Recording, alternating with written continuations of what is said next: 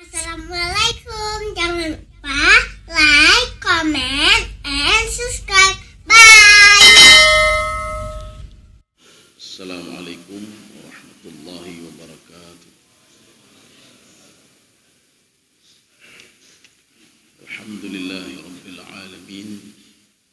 Wassalatu wassalamu ala asyrafil anbiya'i wal mursalin wa ala alihi wa ashabihi ajma'in.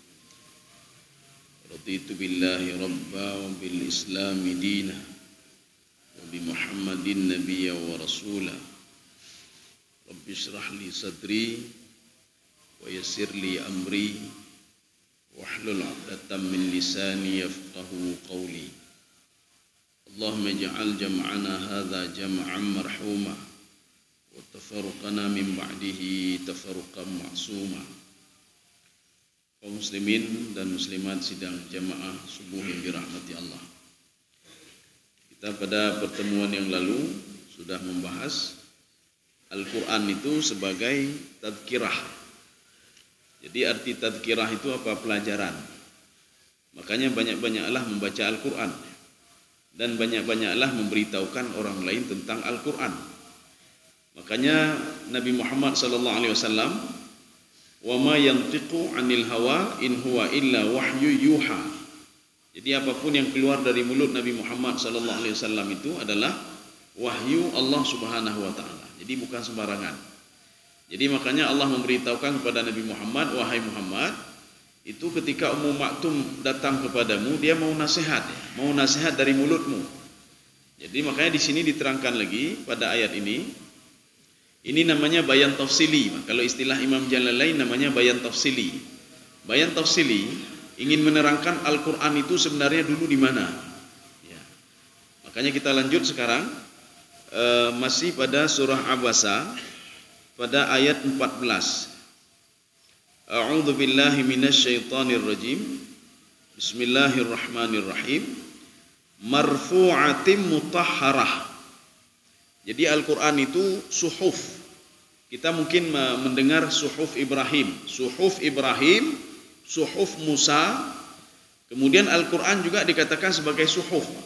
Fi suhufim marfu'ah. Suhuf itu adalah bentuk jamak, bentuk banyak dari sahifah. Sahifah itu lembaran-lembaran. Jadi makanya Al-Quran itu ketika berada di Baitul Izzah sudah lengkap semuanya dari juz 1 sampai juz 30. Dimulai dengan surah Al-Fatihah. Dari mana kita tahunya? Ada beberapa penafsir mengatakan termasuk tafsir Sawi, ketika Al-Quran itu diturunkan dari Lauhul Mahfuz ke Baitul Izzah. Maka inilah dikatakan marfu'atim mutahharah. Jadi dia berada di sebuah tempat yang tinggi, yang agung. Makanya diturunkan Al-Quran itu melalui Jibril. Ketika Jibril mengambil Al-Quran itu, kemudian setelah itu Jibril membawanya ke Baitul Izzah. Setelah sampai di Baitul Izzah, Jibril mengatakan kepada malaikat-malaikat yang lain, uktubu hadza wa hadza wa hadza.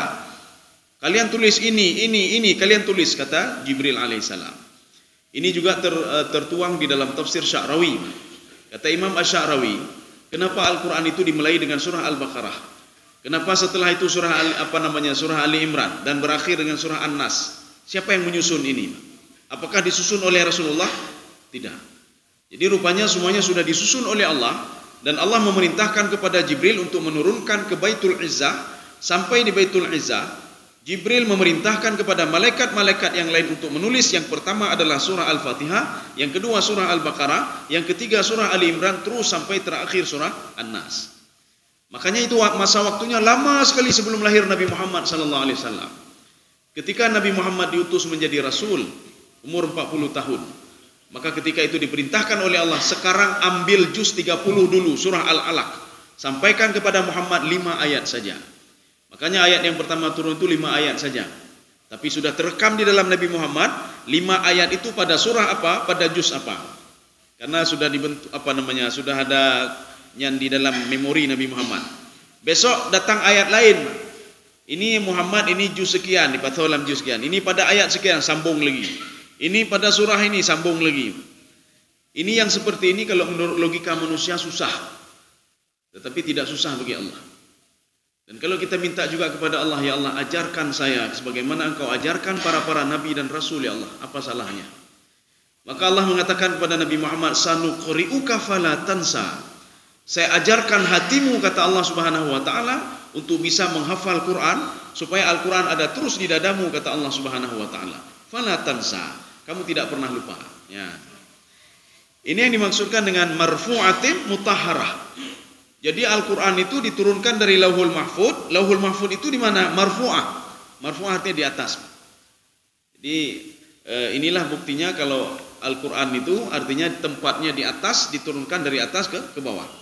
Seperti yang bertanya begini, sorga dan neraka, apakah sorga neraka berdampingan? Atau neraka di atas, sorga di bawah? Atau neraka di bawah, sorga di atas? Jadi para ahli bahasa ketika melihat ada ayat Al-Quran, ketika penduduk neraka minta air kepada penduduk sorga, apa kata penduduk neraka? Tuangkan sedikit saja air dari rahmat yang diberikan oleh Allah kepadamu. Ya. Imam Sya'rawi mengomentari ayat ini, kalau tuangkan sedikit saja, berarti tuang itu dari atas ke bawah. Berarti maksudnya apa? Lauhul Mahfud, surga itu di atas, neraka itu di bawah. Ini begitu juga. Marfu'atin mutahharah. Arti marfu'ah, Lauhul Mahfud itu di atas. Sekarang kita ingin lihat Lauhul Mahfud itu bagaimana. Gimana Lauhul Mahfudnya ini? Dari sekian banyak literatur tafsir, ada tafsir Ibnu Abbas itu memberikan komentar tentang Lauhul Mahfud. Jadi beliau mengatakan Lauhul Mahfud itu min zabarjad. Zabarjad itu permata.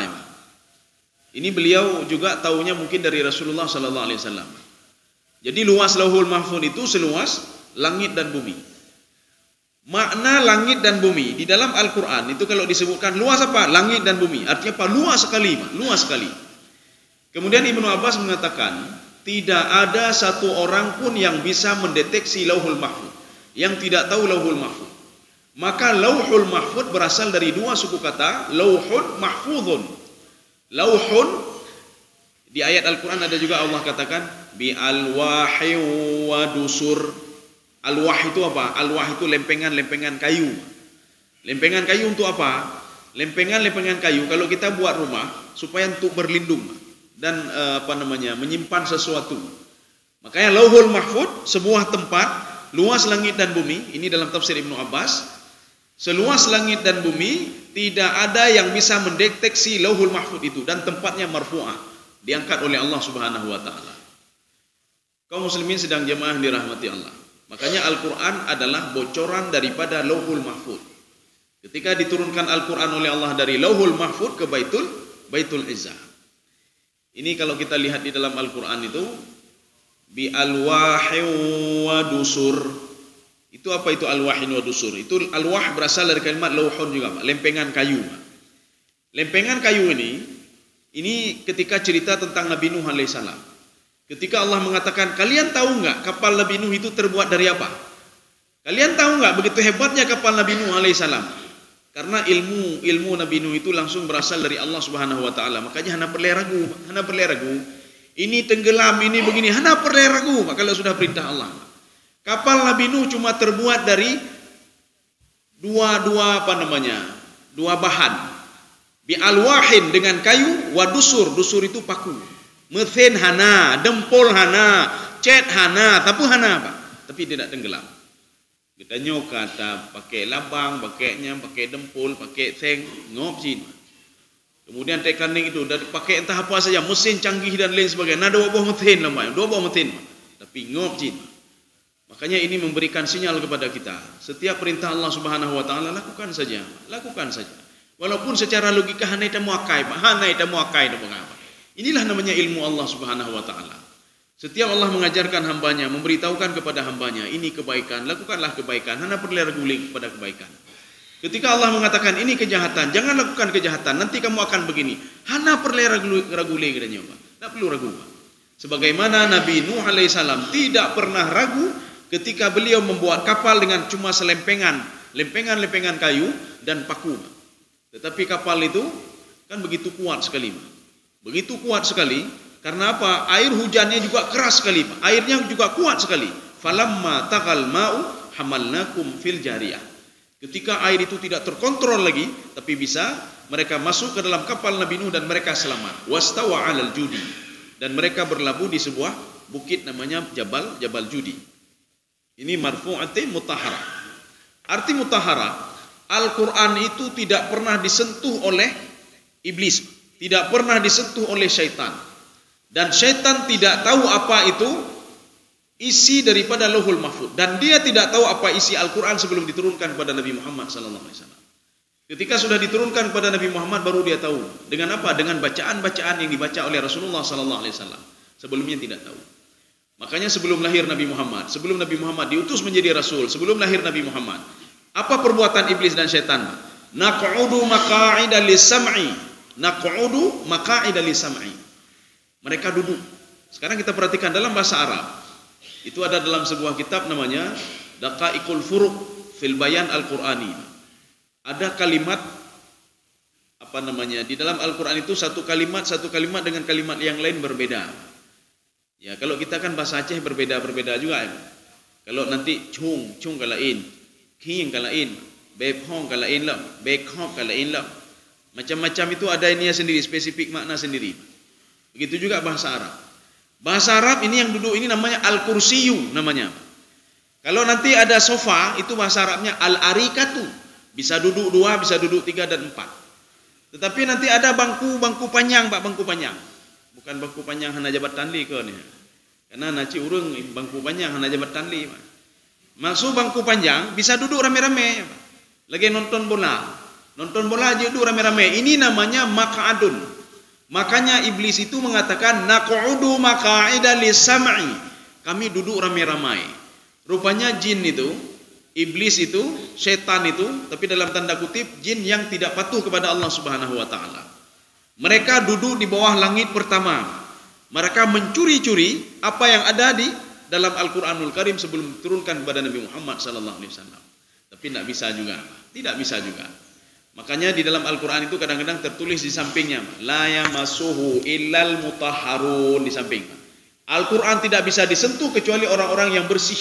Makanya tafsiran pertama, siapa itu orang bersih adalah Jibril. Jibril lah yang menyampaikan Al-Quran kepada Nabi Muhammad SAW tanpa tersentuh oleh iblis dan syaitan. Pernah sekali iblis, syaitan ingin mengelabui Rasulullah SAW, merubah wujud menjadi Jibril.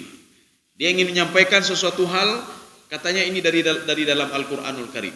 Maka dalam tafsir Baidhawi, di situ dikatakan iblis itu, syaitan itu namanya syaitanu abyad, syaitan putih.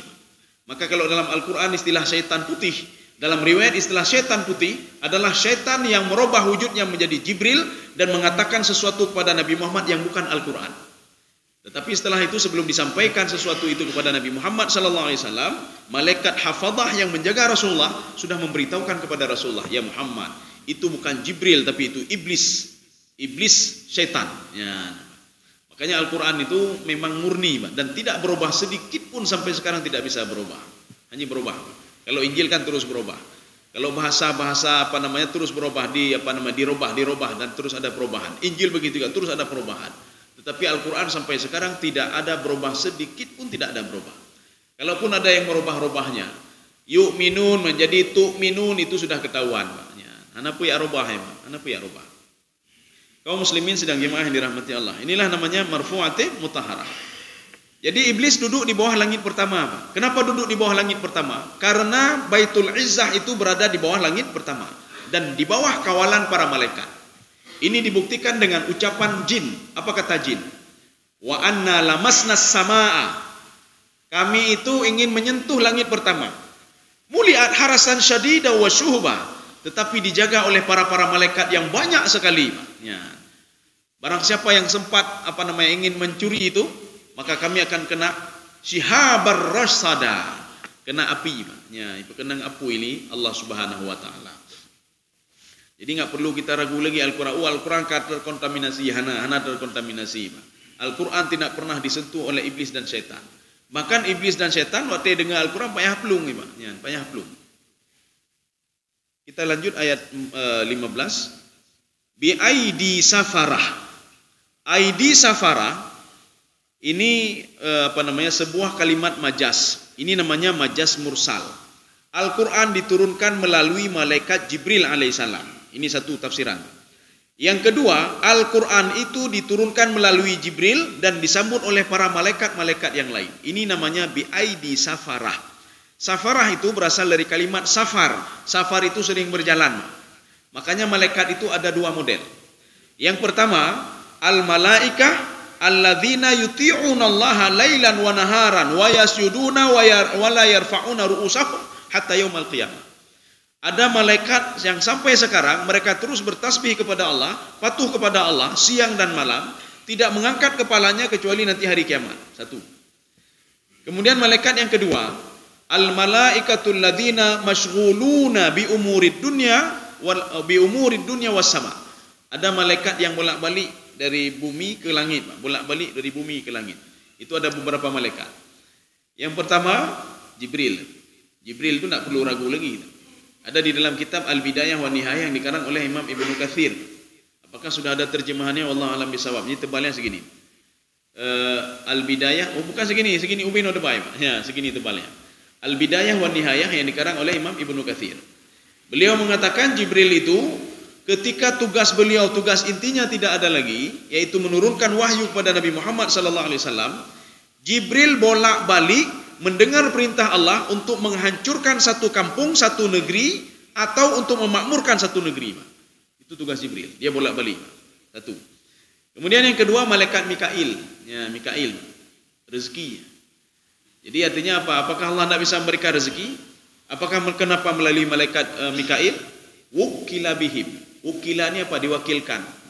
Netron dan Mikail. Dua. Israel. Ya, Israel ni malaikat penjemput nyawa. Dia bolak-balik saja.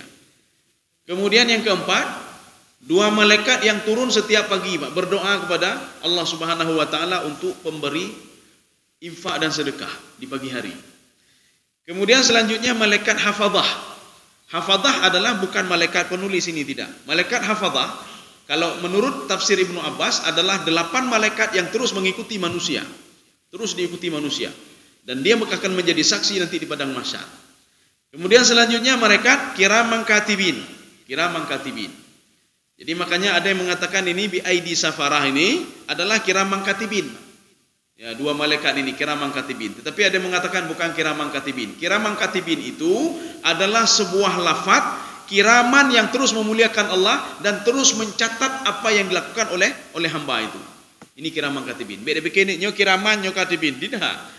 Kiraman adalah sifat mereka berdua yang mereka itu memuliakan Allah Subhanahu wa taala, itu kiraman. Katibin terus mencatat, catat aja. Ya, lagi wartawan kan mencatat aja. Yang buku yang diberi dia balunya catat dulu, catat terus, Pak. Apakah itu benar atau salah, yang penting catat terus. Ini namanya katibin. Kemudian nanti ada malaikat-malaikat lain yang yang disebutkan juga di dalam Al-Qur'an. Malaikat-malaikat yang turun naik. Ini namanya bi'aidi safarah. Safarah itu apa? Safarah itu melakukan perjalanan. Langit dan bumi. Kiraman apa? Kiraman bararah. Jadi kiraman bararah, mereka itu patuh dan taat kepada Allah Subhanahu wa taala. Bararah juga ada di ayat lain. Innal abrara lafi na'im. Tapi tidak sama seperti ini, Pak. Itu kalau abrar itu jamak dari bentuk banyak dari birrun, barani, abrar. Birrani, abrar. Abrar itu orang baik. Baik apanya? Baik hatinya. Kalau sudah baik hatinya, baik juga anggota tubuhnya. Ya. Jadi itulah orang abrar. Abrar itu urungget akhlak lemah. Orang inilah yang akan masukkan ke dalam surga oleh Allah Subhanahu wa taala. Kan urung le ibadah, untuk apa le ibadah menyo hati bro. Untuk apa le ibadah menyo maksiat tetap berpegat mentang. Untuk apa le ibadah kalau dia masih lihat maksiat, dia masih ambil punya orang lain, dia masih dengki sama orang lain, dia masih kueh pada orang lain, masih ujub, masih riya dan lain sebagainya. Kaum muslimin sedang jamaah yang dirahmati Allah. Inilah yang dinamakan kiramim bararah. Qutilal insanu ma akfarah. Ya, ini kita jangan salah nanti. Saya mau terjemahan. Ada, coba dibaca. Qutilal insanu ma akfarah. Ulangi, Pak, ulangi. Ya. Sudah. Setiap kalimat qutila di dalam Al-Quran itu maknanya lu'ina, dilaknat. Ya. Jadi bukan celaka. Celaka bisa juga, tetapi sudah ada dalam ketentuan ilmu tafsir. Itu kalau qutila, di mana saja? Qutila ashabul ukhdud. Raja yang menggali parit itu untuk memasukkan orang beriman ke dalam parit itu yang sudah dibakar oleh api. Qutila ashabul ukhdud. Mereka dilaknat oleh Allah. Dilaknat. Bukan dibunuh, tidak. Maka kalimatnya qutila, dibunuh. Kalau kalimatnya berasal dari qatala. Tetapi ini lu'ina, dilaknat. Mereka dilaknat oleh Allah Subhanahu wa taala. Begitu juga qutilal insan. Manusia itu dilaknat oleh Allah Subhanahu wa taala. Kita perhatikan di dalam Al-Qur'an, ini kita ulang-ulang saja. Kalau manusia itu diungkapkan oleh Allah dengan insan, itu artinya apa? Makna negatif. Kalau disebutkan dengan an-nas, itu makna positif. Innal insana khuliqa halu'a. Ianya makna negatif. Artinya apa? Manusia yang tidak patuh kepada Allah, hatinya selalu keluh kesah. Orang yang tidak salat selalu resah. Orang yang tidak berinfak bersedekah selalu resah dan gundah. Tapi orang yang salat, orang yang berinfak, orang yang dekat dengan Allah, hatinya tidak pernah resah. Kalau hati kita gundah dan rusah, yang peletatannya oleh Pak pernah tinggal temayang, pernah tak pegat maksiat, pernah kueh kegap, pernah dengki kegapnya. Ini menjurus kepada makna negatif. Tapi kalau seandainya an-nas, itu makna positif. Al-Quran itu hudan linnas. Wa bayyinatin minal huda wal furqan. Al-Quran menjadi petunjuk bagi orang-orang yang patuh dan taat kepada Allah. Ya. Ini kalau menggunakan kalimat an-nas. Al-insan semuanya makna negatif. Qutilal insan, manusia seperti urung kafe 77 kafe, ya. 77 kafir itu. Termasuk mungkin dia kufur nikmat, kufur juhud, kufur inat, kufur nifak, kufur ihsan dan lain sebagainya. Itu mereka itu semua dilaknat oleh Allah Subhanahu wa taala. Dilaknatnya bagaimana? Azab Allah itu kan ada dua. Bisa azab zahir, bisa azab batin.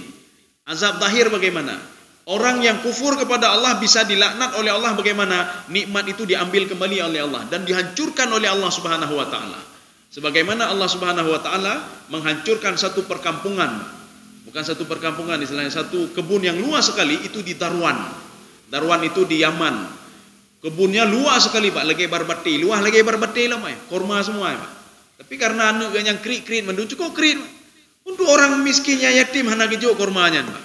Maka ketika itu apa? Dihancurkan semuanya oleh Allah Subhanahu wa taala. Ini yang pertama. Jadi artinya azab itu bisa azab fisik. Jadi diambil kembali oleh Allah. Yang kedua, azab batin. Yang batin diadab. Susah selalu dia. Harta memang banyak tapi susah Pak. Susah dan gundah selalu. Yang kendang azab batin ya. Yang bahaya ada. Kenapa? Azab batin itu fasanu yassiruhu lil usra. Selalu terazab. Susah selalu dia. Kapan dia itu akan diberikan jalan oleh Allah? Tatkala dia bertobat dan dia minta maaf kepada Allah dan mengakui dosanya kepada Allah Subhanahu wa taala. Yang menyohana akui dosa hana puya pegahbun. Hana puya pegah. Terus dia itu di dunia susah, di alam barzah susah, ketika di padang mahsyar susah, apalagi ketika masuk ke dalam neraka lebih susah lagi. Ya. Ini qutilal insan. Qutilal insan. Koma di sini, Pak. Manusia dilaknat. Kenapa dilaknat? Ma akfarah. Ya, di situ ada tanda tanya sebenarnya. Jadi kalau kita lihat terjemahan dia langsung menerjemahkan begitu. Tetapi ma akfarah itu adalah istifham lit taubih. Ada yang mengatakan istifham lil ingkar. Ada yang mengatakan istifham lit takrir. Artinya apa? Manusia dilaknat, nyorungnya lo laknat, urung kufur ke lo laknat, orang munafik saya laknat kata Allah. Orang yang tidak salat saya laknat kata Allah. Ma akfarah. Kenapa dia tidak mau salat? Kenapa dia kufur kepadaku? Kenapa tidak yakin kepadaku? Ya, maknanya Pak. Jadi ma akfarah itu istifham taubihi, istifham takriri, istifham ingkari. Makanya dalam ayat lain, ayat ini ditafsirkan dengan ayat lain. Manusia itu kata Allah Subhanahu wa taala, "Ma gharraka bi rabbikal karim." Bukan awak dron ingkar ke Allah, karena depu proses terjadi manusia bino karena depunya. Kalian sudah tahu manusia itu tidak ada apa-apanya, hana rezeki, hana je gejo oleh Allah. Kalian di dalam kandungan secara logika nak mungkin hidup begitu saja tanpa bantuanku kata Allah. Ma gharraka bi rabbikal karim. Kenapa menyebabkan kalian tidak salat? Hana patuh perintah lun. Pekan pegat maksir, pekan pegatnya, pekan pegat je. Ya ni Pak. Ini ma'akfarah di sini.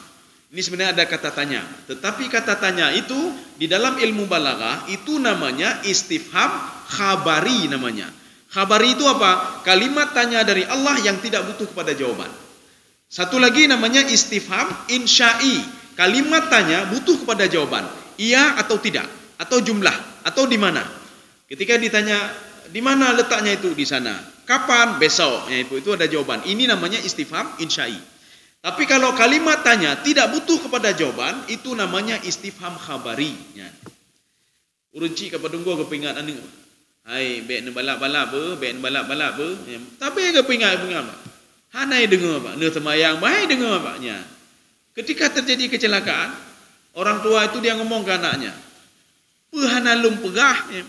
Padunggo kalau pegah. Ya. Tak perlu jawaban. Ya. Maksudnya apa? Orang tua sudah kesal sekali sama anaknya. Padunggo kalun pegah. Hanai jauh lian dua ge ne pegah. Lega ne pegah. Hana boleh jawaban. Ini pertanyaan orang tua kepada anaknya adalah pertanyaan orang tua sudah kesal sekali kepada anaknya. Berapa kali sudah saya kasih tahu kamu? Ya, Pak. Hana perlu jauh. Lega, pega, limangga, hana. Ini namanya istifham khabari namanya. Begitu juga dalam Al-Quran. Ma'akfarah.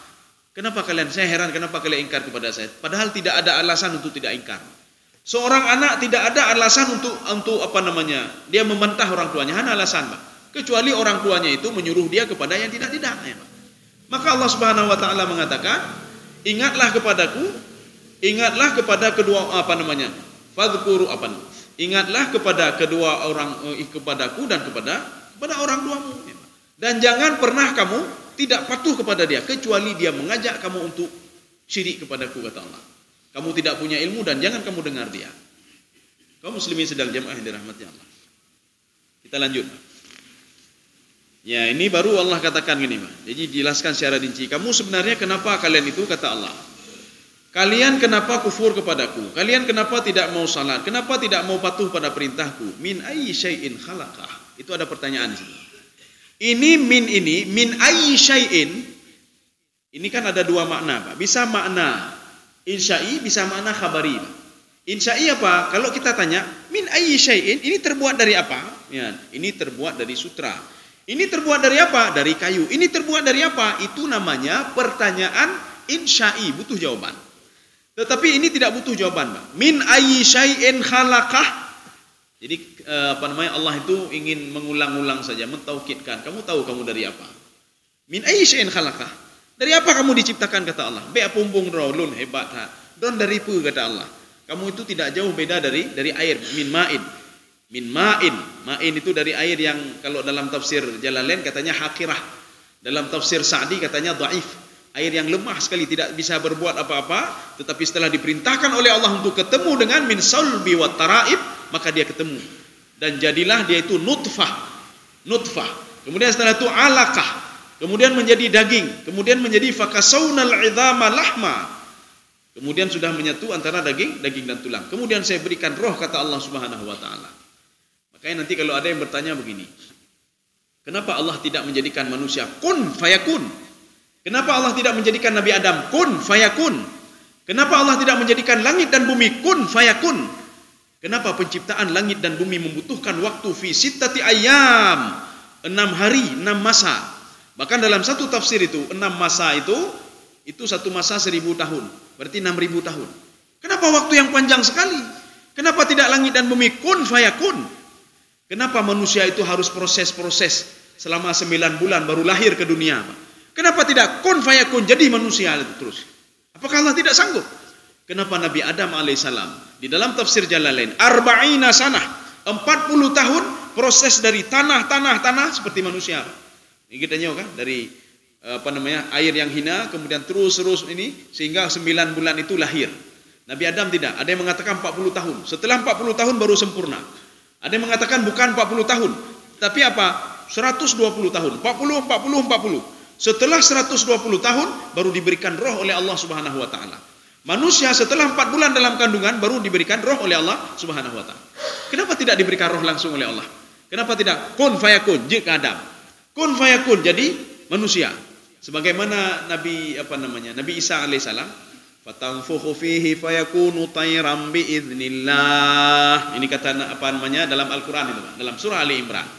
Nabi Isa alaihissalam ingin meyakinkan Bani Israel kalau beliau adalah seorang rasul utusan Allah, beliau mengambil tanah. Fa'anfukhu fihi fayakunu tayran biiznillah. Ditiup, ketika ditiup langsung jadi burung. Kenapa manusia tidak seperti itu? Supaya manusia berpikir. Dulu dia berasal dari mani, kemudian terus berproses.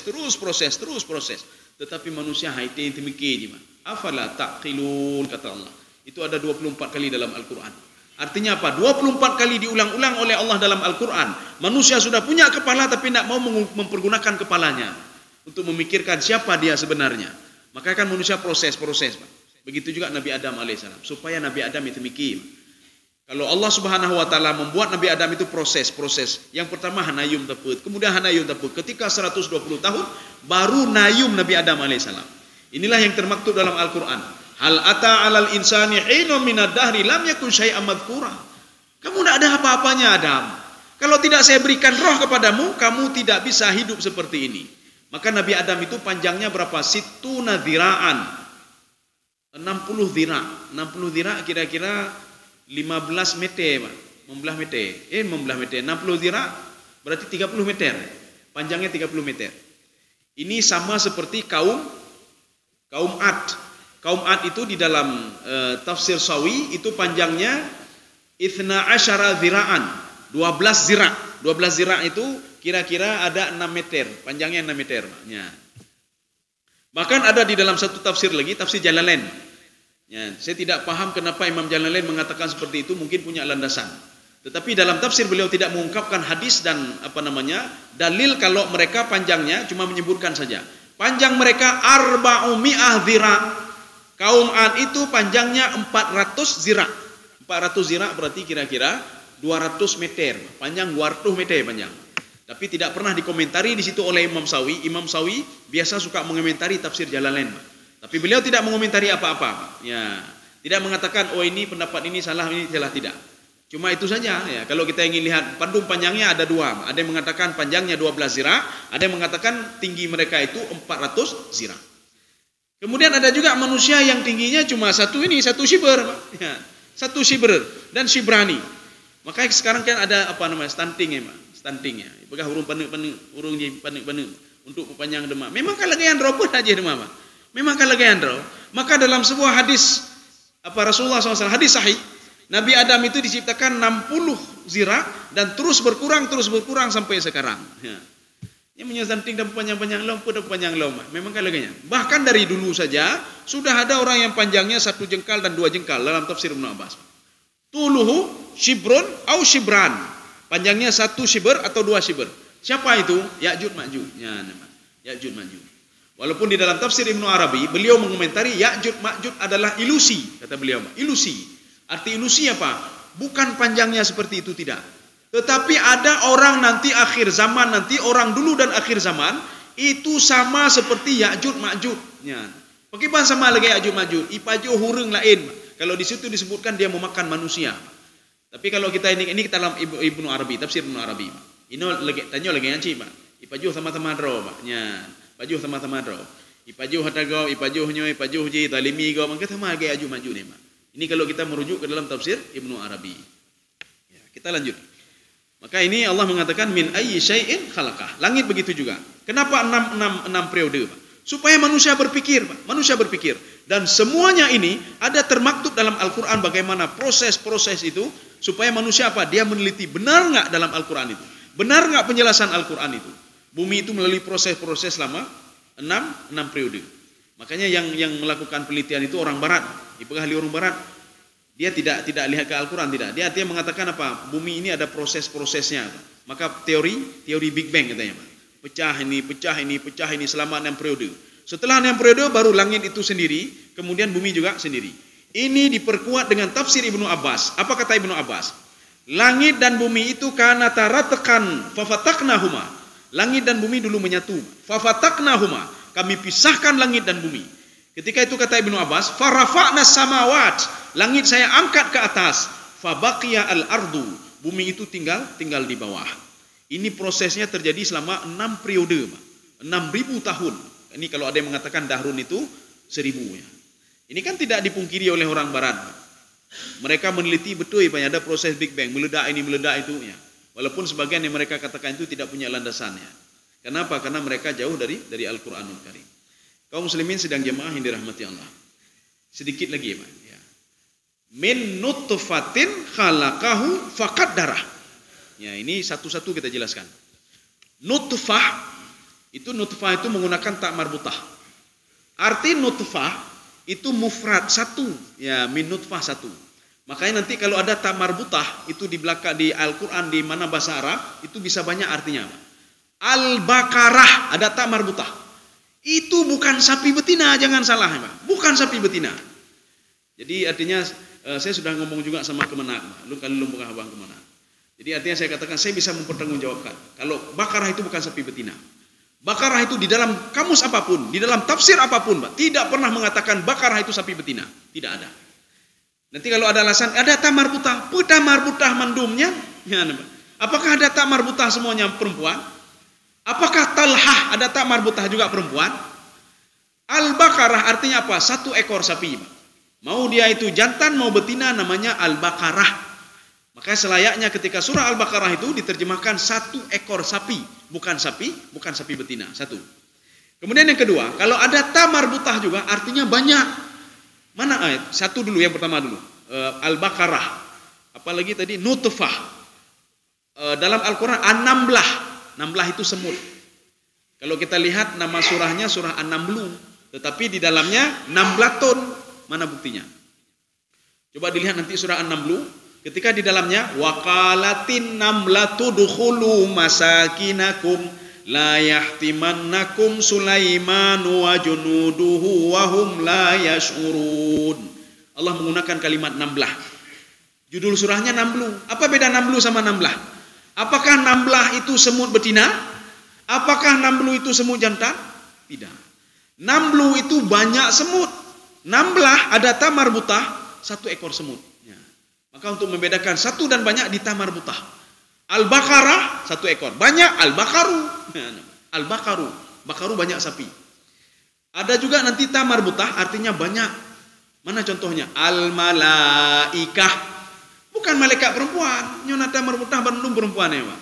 Al-Malaikah itu artinya apa? Banyak malaikat. Kalau satu malaikat al-malaku.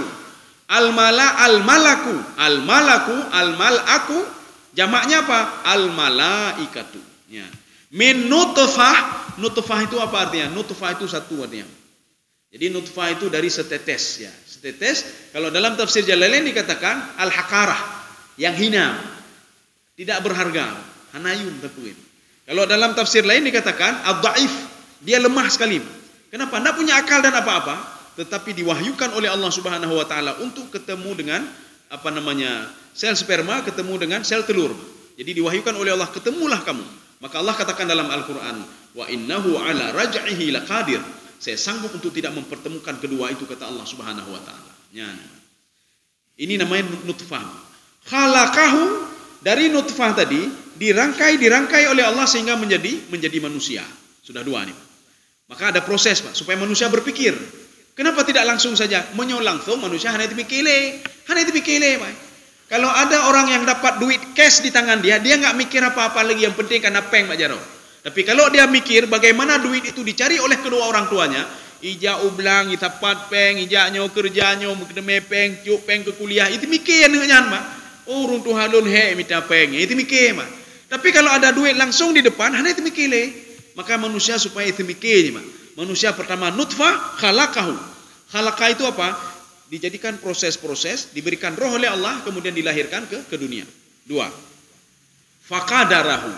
Apa makna faqadarahu? Dalam tafsir Ibnu Abbas, faqadarahu maknanya nahfadhu al-janina fi batni ummihi. Saya jaga janin itu, kata Allah Subhanahu wa taala, sampai dia lahir. Tidak ada yang bisa menyentuh dia, tidak ada yang bisa mengganggu dia kecuali ketika dia lahir. Makanya di dalam tafsir Al-Baydawi, di dalam tafsir Al-Wasit, dalam tafsir Asy-Sya'rawi, di dalam tafsir At-Tabari, di situ disebutkan kenapa manusia ketika lahir dia menangis. Kenapa dia menangis dan berteriak? Li'anna lamasuhu syaitan, karena dia sudah disentuh oleh syaitan. Ini terlepas secara kedokteran. Nanti menurut dokter kalau begini memang harus menangis dia apa? Karena kalau dalam tafsir itu karena disentuh oleh syaitan. Kenapa disentuh oleh syaitan? Makanya kenapa ibu Nabi Isa, ibunya Hanah, ibunya Maryam, Hanah namanya. Neneknya Nabi Isa alaihissalam, ketika dia sedang mengandung Maryam, dia berdoa kepada Allah. Inni u'idzuha bika wa dzurriyyataha minasyaitonir rajim. Saya minta kepada engkau ya Allah. Kita bisa juga berdoa seperti itu. Jadi artinya apa? Ketika belum lahir anak dia sudah berdoa, ya Allah jauhkan anak saya dan anaknya, cucu saya dari syaitan yang terkutuk ya Allah. Ini doanya Hanah ibunya Maryam. Rupanya betul Pak, dikabulkan doanya. Mana bukti dikabulkan doanya? Ada kalimat fa ta'qib setelah itu Pak. Perhatikan nanti dalam Al-Quran. Setelah berhasil berdoa, dijawab oleh Allah, fataqabbalaha rabbuha biqabulin hasanin wa ambataha nabatan hasana. Fa itu fataqib. Doanya Hanah langsung dikabulkan oleh Allah. Makanya ketika Maryam lahir, ketika Nabi Isa juga lahir, mereka tidak menangis. Maka dua manusia yang tidak pernah menangis di dunia ketika lahir, Maryam dan Nabi Isa. Kenapa? Tidak disentuh oleh syaitan. Kenapa tidak disentuh? Sesuai dengan doa ibunya, jangan pernah anak saya disentuh oleh syaitan sedikit pun. Ya. Maka Maryam tidak pernah disentuh oleh syaitan. Dan juga Nabi Isa tidak pernah disentuh oleh syaitan. Ya. Kaum muslimin sedang jemaah dirahmati Allah. Maka nanti ada bayi yang lahir, Pak. Kalau dia tidak menangis berarti bermasalah. Ya, Pak. Kecuali Maryam ya. Maryam sama Nabi Isa. Memang Maryam sama Nabi Isa walaupun tak mau tak balik hanai mau Pak. Memang tidak nangis. Kenapa? Karena dalam tafsir At-Tabari beliau mengatakan nangisnya itu terkait dengan sentuhan syaitan. Ya, waktu lahir menang kipan berokai syaitan ya Pak. Manusia baru lahir saja sudah berkenalan ya Pak. Apalagi kalau kau bibi lagi kenanya Pak. Kemana saja kita pergi selalu ada bisikan-bisikan. Min nutfatin khalaqahu, yang kedua fakat darah. Fakat darah artinya apa? Saya jaga dia sedemikian rupa. Artinya kan cukup bro katanya hana tinggal ke penjaga katanya. Hana tinggal yang memberikan rezeki katanya. Ketika lahir kata Allah, saya berikan rezeki kepada dia, saya jaga lagi dia, tapi dia tidak mau tahu kata Allah. Imma syakiran wa imma kafura. Saya ajarkan dia juga bagaimana cara bersyukur dan saya ajarkan dia bagaimana kufur. Tetapi dia lebih memilih kufur kepadaku dibandingkan syukur kepadaku kata Allah. Ya, sedikit lagi Pak, satu ini lagi ya. Setelah itu kita cukupkan. Tsummas sabila yassarah. Ya, kita sampai ke situ saja. Coba yang terjemahan coba dibaca sebentar. Apa itu dimudahkan jalannya? Apa itu dimudahkan jalannya? Tidak ada. Dan kemudian dimudahkan jalannya. Hanya penjelasan, Pak. Ya, di dalam terjemahan itu diterjemahkan tsummas sabila yassarah. Sebelum kita lihat ini, kita lihat summa dulu, Pak. Summa itu maknanya apa? Yadullu ala taba'udil ahwal. Maksudnya apa? Ada periode-periodenya. Ketika berada di dalam kandungan itu 9 bulan atau 6 bulan, tsummas sabila yassarah. Saya permudah untuk keluar bayi itu. Makanya kepala bayi itu posisinya terus berubah. Terus berubah dia. Ketika 9 bulan, kepalanya langsung ke bawah. Kenapa? Karena dia patuh pada perintah Allah, patuh kepada yang menciptakan dia, patuh kepada yang merakit dia. Artinya apa? Apakah tidak terpikir oleh manusia?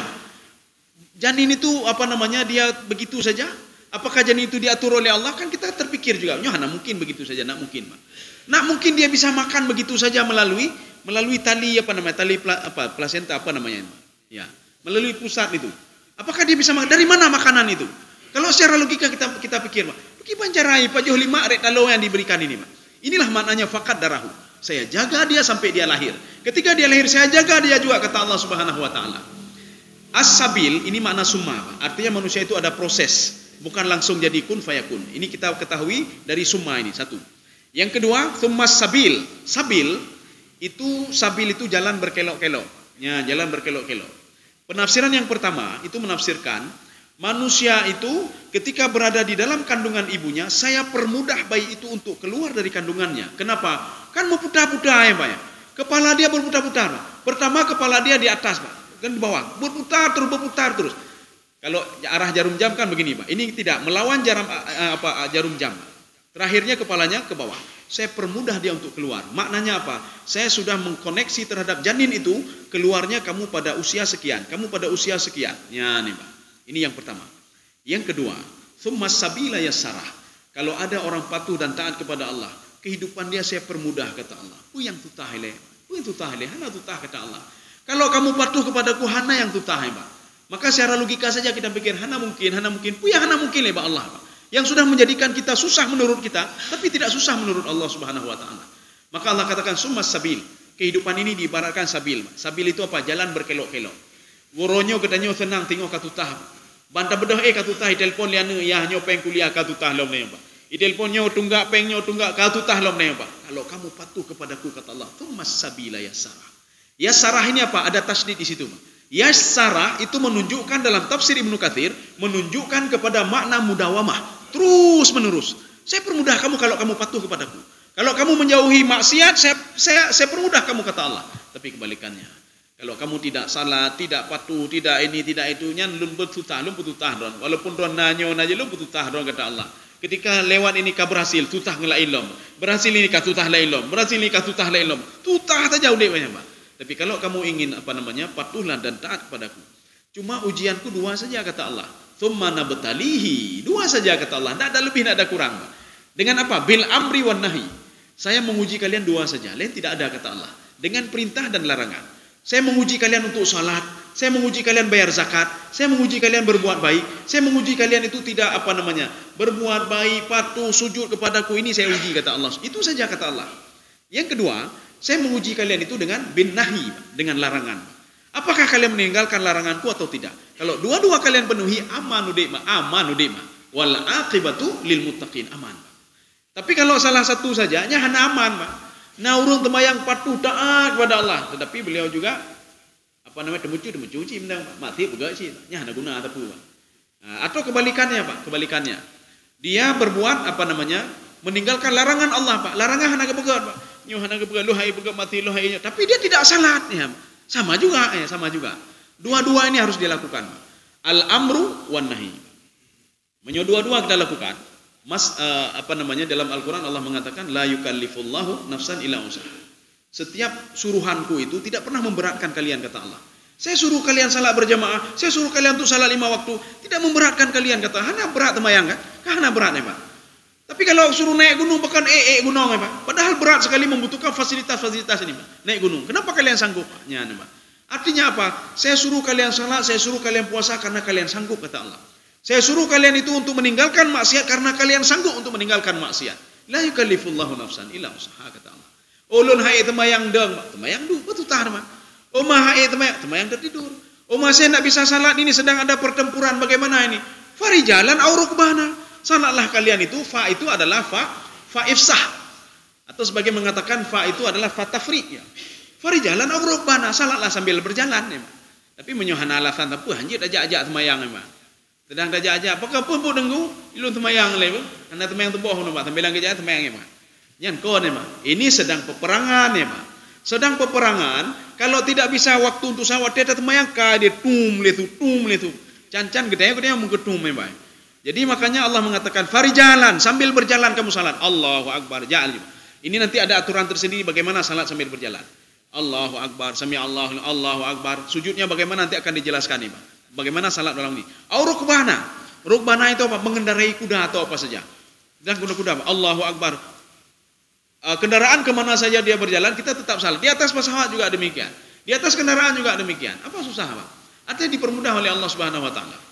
Ulun ulun penanya hana tanggup le ulun angkatnya hana tanggup hana tanggup cilik menghatib hana tanggup cilik jadi keimum ya, jadi keimum ya, artinya salat itu tak boleh tinggal, harus semayang ji tekolon temang kubu pi harus semayang ji ipa semayang le gop mah menyo dapakah ji makanya jadi keimum ka cukup ayu kan ada ayu pu hana urun semayang le keimum aci tiga dapakah ino naimu ino tak semayang le keimum nya kai pekim le gop mah ya, kecuali orang yang hana pekim le gop urun mayan hana pekim le gop semayang le keimum. Bahkan ketika ke kubur juga beliau di depan, paling depan pakai payung loh, maka hebat sekali, Ya. Saya rasa cukup sekian saja. Mudah-mudahan ada manfaatnya bagi tuan dan jemaah sekalian. Subhanakallah bihamdika asyhadu an la ilaha illa anta astaghfiruka wa atubu ilaik. Assalamualaikum warahmatullahi wabarakatuh.